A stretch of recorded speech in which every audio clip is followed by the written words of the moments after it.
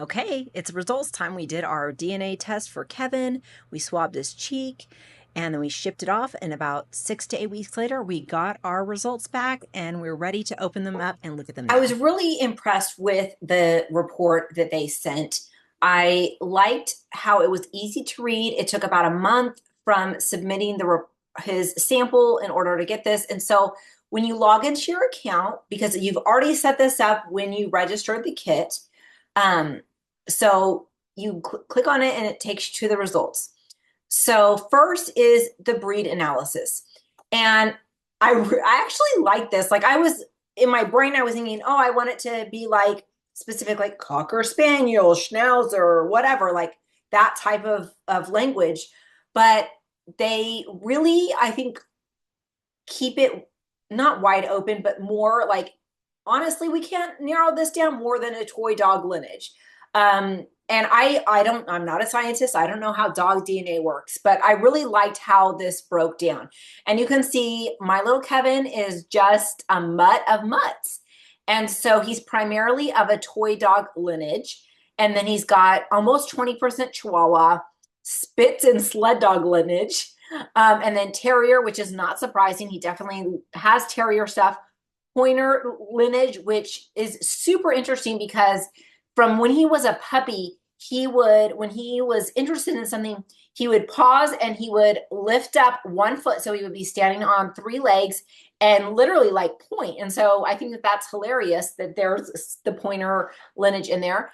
Centhound lineage and then polydog, so mixed breed. So he really is a mutt of mutts. And so you can break it down. You can go in here. It's going to tell you what the different types, what qualifies as a toy dog lineage. And so you can read on each of these and really just get more information about how this all works, which I think is really, really cool.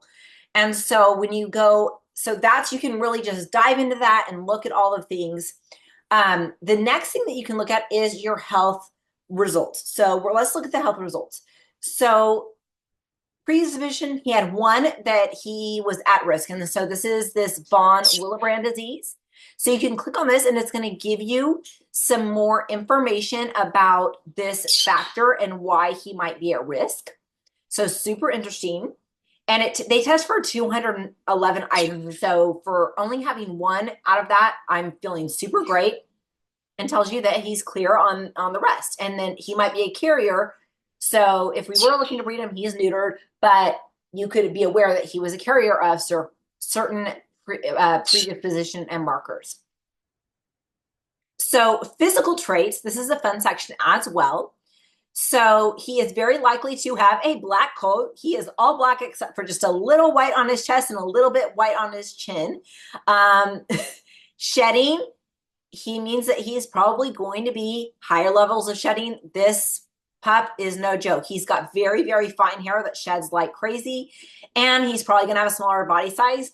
This guy you can see him. He's a little guy. He's only about, I think he's between 15 and 20 pounds at this point, but very, very fun to kind of see, hey, this showed up in his DNA. And then being the carrier, so if we were going to breed him, this would be important to note what traits he would be able to pass on.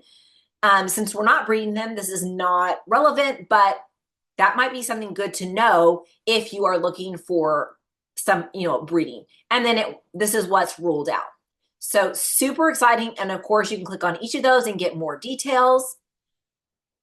And so those are everything that you get. And there's so much information on this website. It gives you just great, just overall information on your pet, just so you can understand them better. So I'm so grateful that Basepaws gave me the opportunity to check out this test, to test my sweet Kevin, and to get more insight into his background and his traits and his health situation. So thank you so much. And I hope you have as much fun testing your furry friend as much as we have.